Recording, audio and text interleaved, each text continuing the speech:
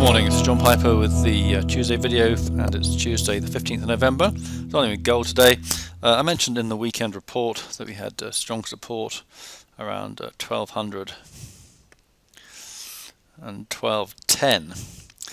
The key points being the 50% retracement around those levels, and also that this is about 135 points. So we take this high, 135 points takes us down to around 1200. So that's the key levels. So let's have a look at the actual pattern of this decline so far. The point being that, sorry, I should say this is an A, B, and the point is I hope now looking for a C wave. A pretty sharp move. Some bulls have already capitulated, which is good news.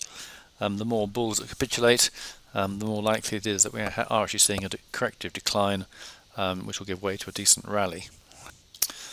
Alright, here is the hourly chart. We've got the peak here.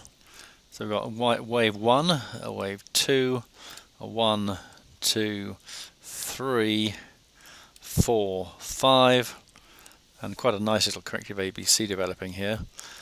So if that's corrective, it counts well as a wave 4, with one final decline taking us down to our target to end wave C. It's always possible, of course, that lows are already in. I would think one more decline here would pretty much finish off the bulls, the shorter term bulls, or weaker holders as it were, and give us that buying opportunity I'm looking for. Could be significant. The 500 point rally remains intact as it were, the call for a 500 point rally remains intact. So a nice 5-wave decline with a nice buying spike would be an ideal setup to go long of gold in the fairly near future. I mean, we're now on the 15th of November, so we have options expiry this coming Friday, 3 days, often pivotal. That might fit in quite well with the time frame that we're seeing here. I mean, all these moves are being pretty quick. Where the hell that came from? We had this move lasted less than a day. Wave 3 lasted about 3 days. 1, 2, 3. So a decline coming in now, maybe last 2, possibly 3 days. It could, of course, go well below 1200. I mean, we've got look at wave 1. That's about $70 down. Wave 3, $80 down. So we might find that we're actually going to get a bigger decline than I'm looking for. That happens, and so be it. But we do have that strong support. So let's see what happens at that support level. And often 5 waves do tend to be a little bit shorter. So let's hope that's the case in this case. I mean, this one was bound to be a bit sharp, given there's a very rapid move up. Wave 3 is always the longest anyway, but be prepared for a bigger decline. Well, be prepared for anything, I suppose, one should say, as far as markets are concerned.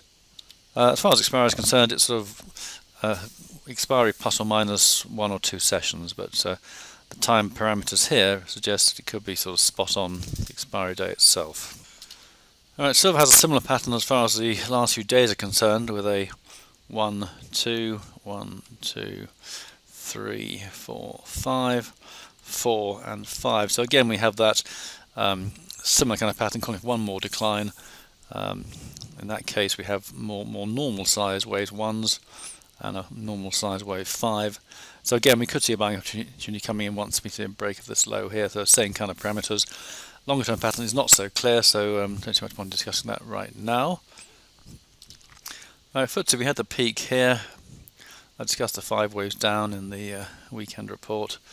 3rd wave down to there, 4 and 5. Had this sharp snapback, but it's actually fallen away quite sharply. Looks a bit like a 1, 2, 3. This looks like a corrective ABC. Actually, I'll go down a leg, look at that in a bit more detail. It's just above 7. Okay, there's a bit more detail there. So you could see it had a 1, 2, 3, 4, 5, A, B, C.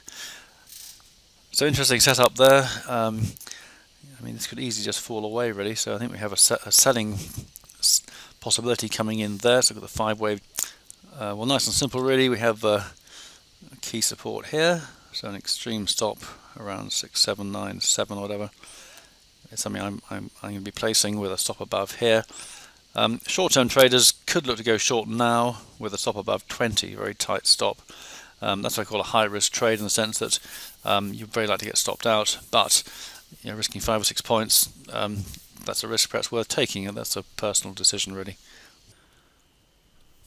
Right, if this market moves above here a bit, then I would still use an extreme stop below here, but just the stop a little bit higher wherever the high comes in. I'd cancel that extreme stop if if it wasn't triggered today. Right, the DAX saw this major peak here, 5 waves down to there, and there's a rapid move up to the peak here. So far just a very small decline, doesn't really say very much, not much to go on there.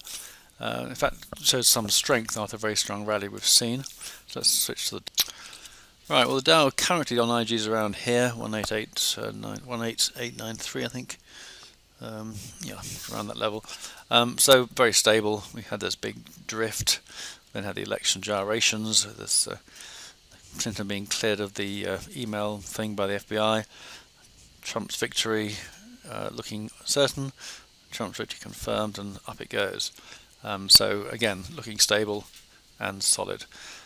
So the most interesting point for me is gold and silver. That's what I'm looking forward to, a decent buying signal coming in next few days.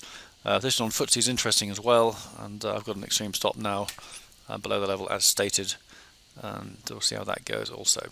Thanks for listening, have a great day. If you found the interest useful, back to the report on Thursday. And thanks again, bye for now.